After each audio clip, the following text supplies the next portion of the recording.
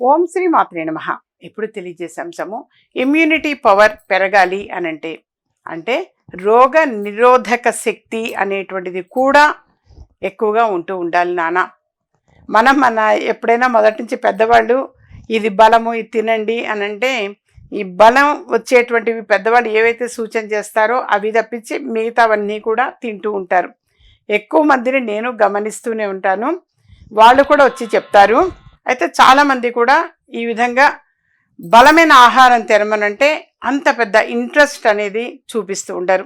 ఈ timepass foods, snacks అలాంటివి తీసుకుంటూ ఉంటారు. యథార్థంగా ఇమ్యూనిటీ పవర్ని పెంచేవి తినాలి. ఎప్పుడు కూడా రోగ నిరోధక శక్తిని కలిగించేటువంటి ఫుడ్, ఆ ఆహారము అనేటువంటిది తీసుకోవటం చాలా చాలా మంచిది.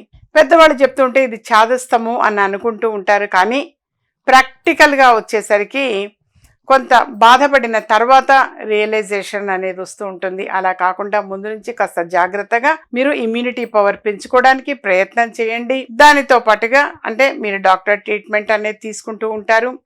ఆ వైద్యంతో పాటుగా ఈ మంత్రాన్ని కూడా జపించండి నాన్న.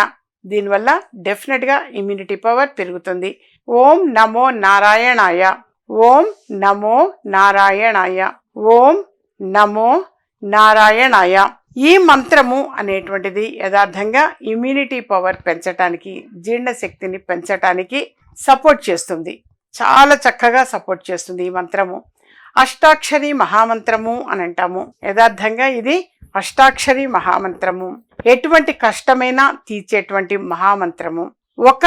మీరు చేయాల్సిందల్లా ఒక జపమాల చేయండి, అంటే 108 సార్లు జపించండి. ఒక మండలం చేయటం మంచిది. ఒక మండలం చేయటం కుదరని పక్షం, అంటే 40 రోజులు చేయడం కుదరని పక్షంలో కనీసం 21 రోజులైనా సరే మీరు చేయడం వలన యథార్థంగా ఇమ్యూనిటీ పవర్ పెరిగే అవకాశం ఎక్కువగా ఉంటుంది.